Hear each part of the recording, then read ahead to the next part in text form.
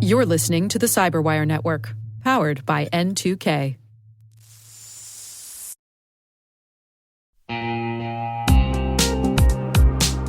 Do you know the status of your compliance controls right now? Like, right now. We know that real-time visibility is critical for security, but when it comes to our GRC programs, we rely on point-in-time checks. But get this. More than 8,000 companies like Atlassian and Quora have continuous visibility into their controls with Vanta. Here's the gist. Vanta brings automation to evidence collection across 30 frameworks, like SOC 2 and ISO 27001. They also centralize key workflows like policies, access reviews, and reporting, and helps you get security questionnaires done 5 times faster with AI. Now that's a new way to GRC. Get $1,000 off Vanta when you go to vanta.com/cyber.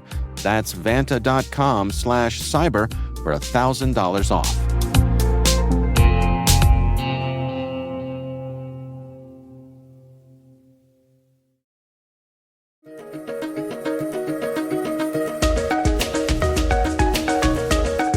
We don't see QR codes being attached or shared, but it is becoming more prevalent in our day-to-day lives. When we are going to even certain restaurants, they don't even have a menu anymore. They give you a QR code. And when it comes to emails, more and more companies are trying to use QR codes, but it's a fast way to engage.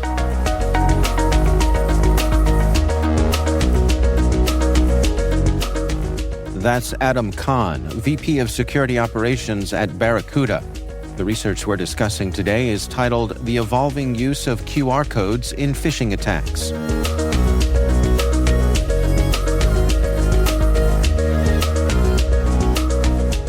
You know, as tactics are evolving when it comes to phishing, and our researchers are always digging into how cyber criminals are advancing and utilizing new tactics and techniques. And the data that proves over, as you saw in the article, over 500,000 emails that were analyzed that had PDF documents, and even the emails themselves had QR codes included in them, impersonating legitimate brands such as Microsoft, including the tools within Microsoft such as SharePoint or OneDrive, and even companies like DocuSign or Adobe are being utilized by these cyber criminals to execute QR phishing attacks. So obviously, it's not very commonly known, and it was really the data kind of resonated overall how it's kind of growing over time. Well, before we dig into some of the specifics from the report, for folks who may not be familiar with this particular kind of phishing, it's often called Quishing, QR code phishing. I think most folks are familiar with what a QR code is at this point, but how typically does a QR code get attached to a phishing attack? So it's obviously not a normal thing, right? We don't see QR codes being attached or shared, but it is becoming more prevalent in our day-to-day lives. When we are going to even certain restaurants, they don't even have a menu anymore. They give you a QR code. And when it comes to emails, more and more companies are trying to use QR codes, but it's a fast way to engage with users and get them to either buy their products or learn about some of their services. And as this is happening, cyber criminals are actually taking advantage of those tactics and being able to utilize. So, yeah, it's kind of becoming more and more norm publicly, and now businesses are utilizing those as well. Well, let's dig into the research here together. You all took a sort of an extended look at phishing emails that had QR codes embedded in them? Yeah, that's correct. So we actually did the research from all the way from 2024 and 20 from June to September's end. And over, like I said, 500,000 emails that had PDF attachments and QR codes embedded in them. And they're impersonating legitimate brands such as Microsoft. It's a a public company that a lot of people are utilizing their products and services, especially in the business sector. And it becomes an easy tactic for attackers to engage users into utilizing verbiage such as urgency to take some of those actions. And the research found that Microsoft was about 51% of the overall QR code attacks that we've been able to attribute to, followed by 31% to DocuSign and 15% were attributed to Adobe. And what do these typically look like? I mean, are they impersonating login pages of these popular brands? How does it shape up here? Great question. So these cyber criminals are tricking victims by sending them basically a one-pager document, right? Or embedding the QR code within the email itself.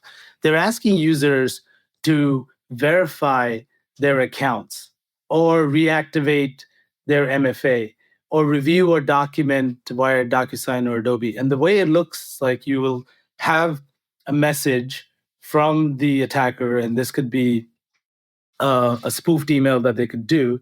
They could utilize to generate this email, and they'll embed some the QR code in the email itself or the attachment. And the attachment basically has, "Hey, this is a message from your administrator or from Microsoft, the vendor itself, asking you to verify your credentials or reactivate your MFA." And when the users are utilizing their phones, they're urged to use their phone's camera to scan the QR code, which takes them to an actual malicious website where these attackers are able to get their login credentials or distribute malware on the mobile device or take them to a fake payment portal site.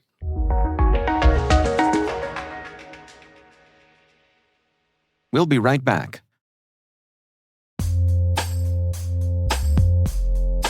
And now, a word from our sponsor, KnowBe4. It's all connected, and we're not talking conspiracy theories. When it comes to InfoSec tools, effective integrations can make or break your security stack. The same should be true for security awareness training. KnowBe4, provider of the world's largest library of security awareness training, provides a way to integrate your existing security stack tools to help you strengthen your organization's security culture. KnowBe4's Security Coach uses standard APIs to quickly and easily integrate with your existing security products from vendors like Microsoft, CrowdStrike, and Cisco, 35 vendor integrations and counting. Security Coach analyzes your security stack alerts to identify events related to any risky security behavior from your users. Use this information to set up real-time coaching campaigns targeting risky users based on those events from your network, endpoint, identity, or web security vendors. Then coach your users at the moment the risky behavior occurs, with contextual security tips delivered via Microsoft Teams, Slack, or email. Learn more at knowbefore.com/securitycoach. That's knowbefore.com/securitycoach. And we thank KnowBe4 for sponsoring our show.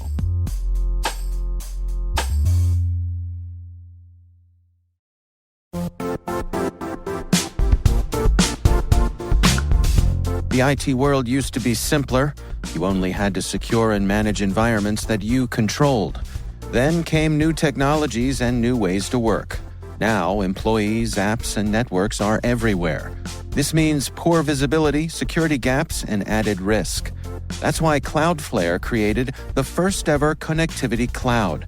Visit cloudflare.com to protect your business everywhere you do business.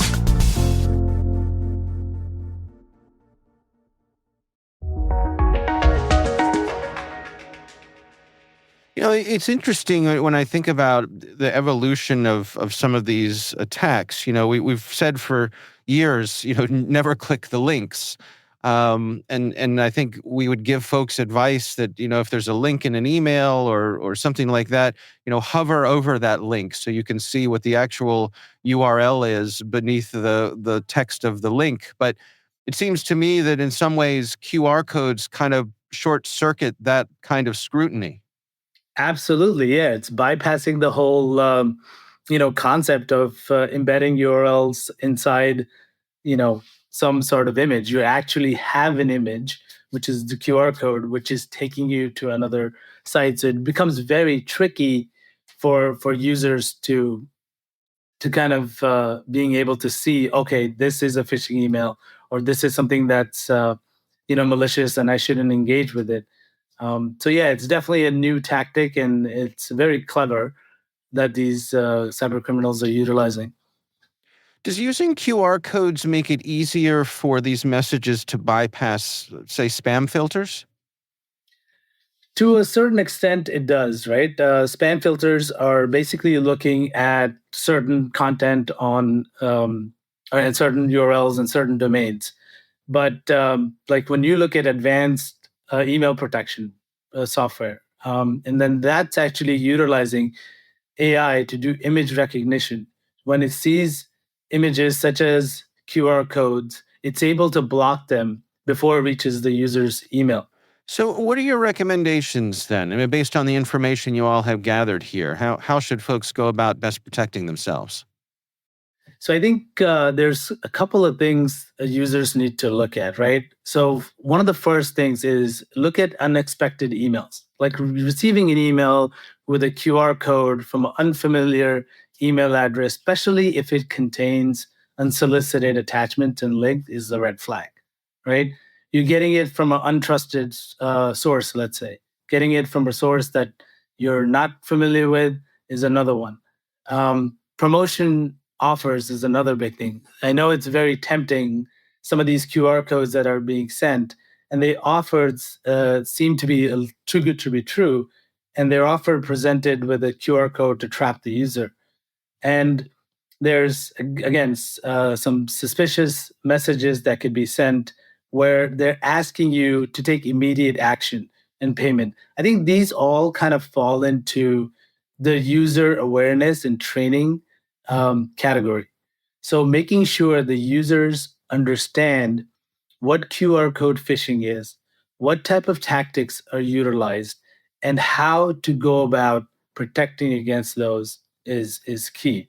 So that I would put that in one category. The other thing is utilizing a multi-layer email security that leverages AI.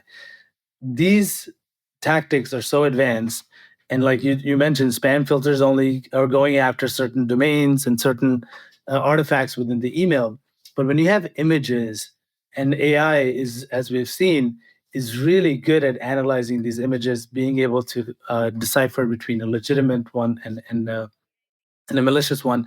So having a multi-layered security helps protect against these attacks before they reach the users themselves. And lastly, I would say, can't stress enough, there's so many organizations, Dave, that I deal with on an ongoing basis that still don't have MFA enabled across the entire infrastructure, right? Protecting against not just QR code phishing, but against multiple attacks. So those are the three big buckets, I would say.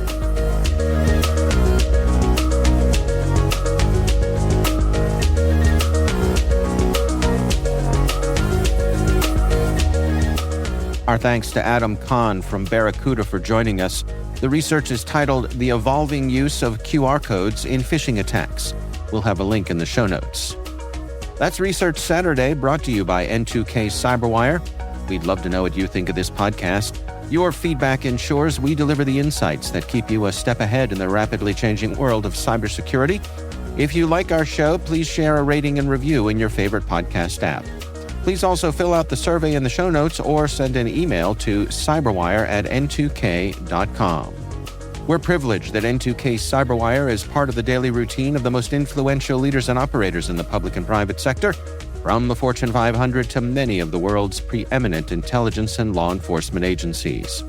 This episode was produced by Liz Stokes. We're mixed by Elliot Peltzman and Trey Hester. Our executive producer is Jennifer Iben. Our executive editor is Brandon Karp. Simone Petrella is our president, Peter Kilpie is our publisher, and I'm Dave Bittner. Thanks for listening. We'll see you back here next time.